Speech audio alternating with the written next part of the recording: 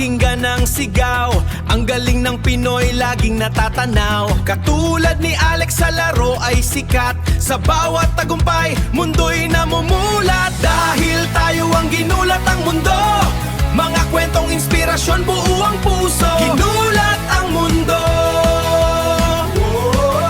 ginulat ang mundo.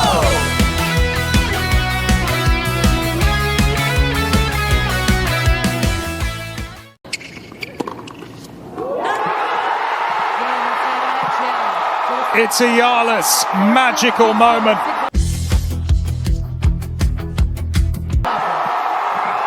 The moment she has dreamt of.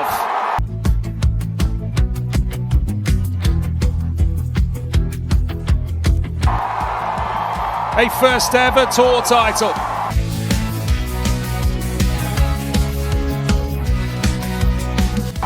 Delivered in DC.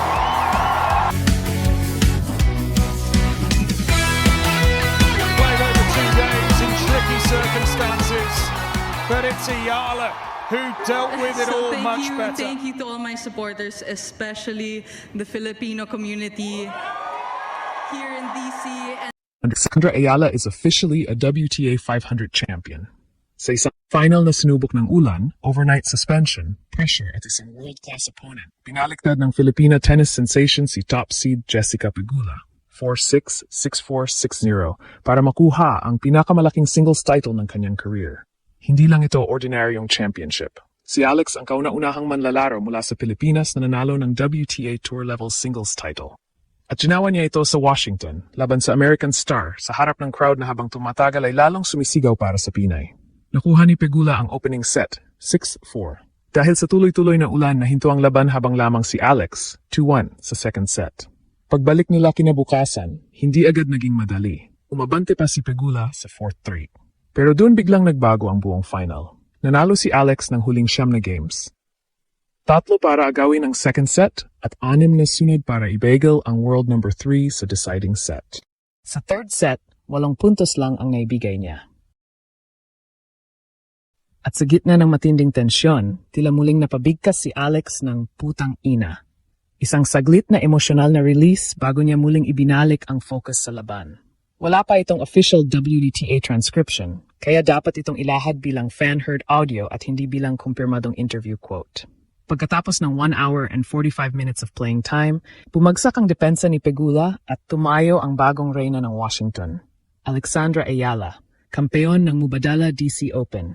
Nagsimula ang championship match na malinaw ang mensahe ni Jessica Pegula. Hindi niya ibibigay ng basta-basta ang titulo. Bilang top seed at isa sa pinaka-consistent na hardcourt players sa tour, ginamit niya ang compact ground strokes, maagang pagkuha sa bola, at mahusay na placement para pigilan si Alex na makapuwesto sa kanyang paboritong attacking patterns.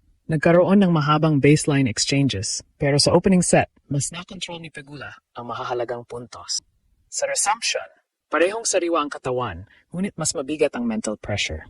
Si Pegula ang may 1-set advantage, samantalang si Alex ang kailangang gumawa ng comeback. Umabot pa sa 4-3 ang second set pabor kay Pegula. Isang maling service game lang mula kay Alex at maaring matapos na ang laban. Pero sa eksaktong sandaling iyon, lumabas ang pinakamalakas na bersyon ng Filipina. Mas maaga niyang sinalubong ang bola.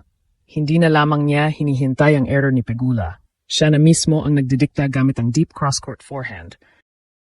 Biglang pagbabago ng direksyon at aggressive backhand sa open court. Sa return games, pinilit niyang maglaro si Pegula ng extra ball. Kapag nagkaroon ng maikling bola, hindi na nagdalawang isip si Alex na umatake. Mula 3-4, kinuha niya ang 3 sunod na games para nakawin ang second set, 6-4. Dito nagsimulang dumagundong ang Rock Creek Park Tennis Center.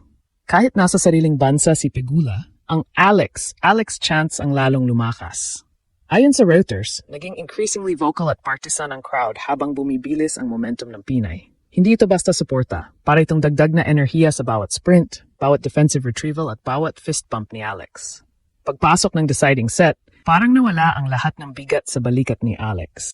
Samantala, si Pegula ay nagsimulang maipit sa bilis ng rallies at sa tuloy-tuloy na pressure sa kanyang service games. Nag-break agad si Alex. Sumunod ang matibay na hold. Nag-break na naman. Habang lumalaki ang lamang, lalong tumapang ang shot selection niya. Hindi reckless ang aggression, controlled, calculated at punong-puno ng conviction. Sa isang high-pressure moment, iyon ang pagkakataong napansin ng fans ang tila muling pagbitaw ni Alex ng putang ina. Hindi ito mahabang eksena o insulto sa kalaban, para itong biglaang pagsabog ng tensyon, isang napaka-Pinoy na reaksyon, bago siya muling huminga, bumalik sa baseline at magtrabaho. Ang mas mahalaga, hindi siya nawala ng kontrol. Ang emosyon ay ginamit niyang gasolina, hindi distraksyon. At mula ron, wala nang nakapigil. 6 na games, sunod-sunod. Sa official WTA report, 8 puntos lamang ang nawala kay Alex sa buong third set. Ang world number 3, na kilala sa pagiging matatag at mahirap i-breakdown, ay na-0 sa deciding set. Nang makuha ni Alex ang huling game, natapos ang isang championship comeback na nagsimula sa 4-6 at nagtapos sa isang nakabibinging 6-0. Kapag tiningnan ng numbers, makikita kung bakit hindi tsamba ang panalo. Nanalo si Alex ng 80 total points, kumpara sa 61 ni Pegula, at nakakuha siya ng 16 games laban sa 10 ng American. Mas mahalaga, kinonvert niya ang 5 sa 9 na breakpoint opportunities, habang 2 lamang sa 3 ang nakuha ni Pegula. 0 aces si Alex at may 3 double faults, samantalang may 4 na aces at isang double fault si Pegula. Pero hindi iyon ang nagdesisyon sa final. Ang tunay na difference ay ang kalidad ng unang serve ni Alex. Nanalo siya sa 38 sa 45 first serve points o 84.4%.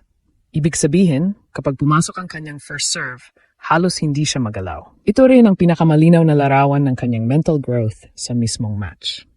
Natalo siya sa first set. Naputol ang laro dahil sa ulan. Pagbalik, napunta pa siya sa 3-4 deficit sa second set. Ngunit sa halip na magmadali, isa-isa niyang inayos ang problema. Mas malalim na returns, mas maagang contact, mas matapang na change of direction, at mas disiplinadong pagpili kung kailan atake. Ang resulta, 9 na sunod na games at isang deciding set bagel laban sa top seed.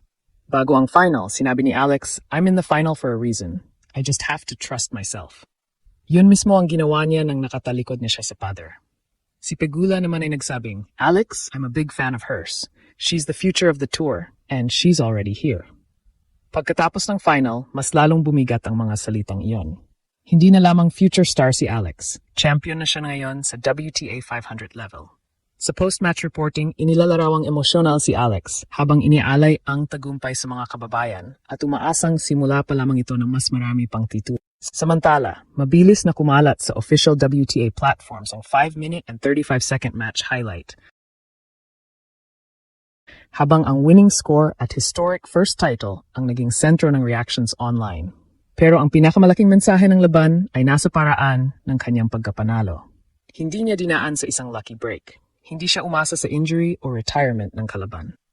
Tinalo niya si Pegula sa full 3-set final matapos mawala ang opening set at matapos harapin ang kakaibang 2-day interruption.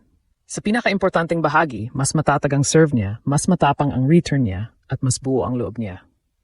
Kaya ngayong gabi, pwedeng sabihin ng walang pag-aalinlangan. May Filipina WTA Tour singles champion na. Alex defeated Jessica Pegula, 4-6, 6-4, 6-0. Captured her first WTA 500 crown and became the first player from the Philippines to win a tour-level singles championship. Ang sigaw, ang luha, ang isang emosyonal na putang ina, at ang huling 9 na games. Lahat ng iyon ay bahagi ng gabing isinulat ni Alex, ang bagong kasaysayan ng Philippine tennis.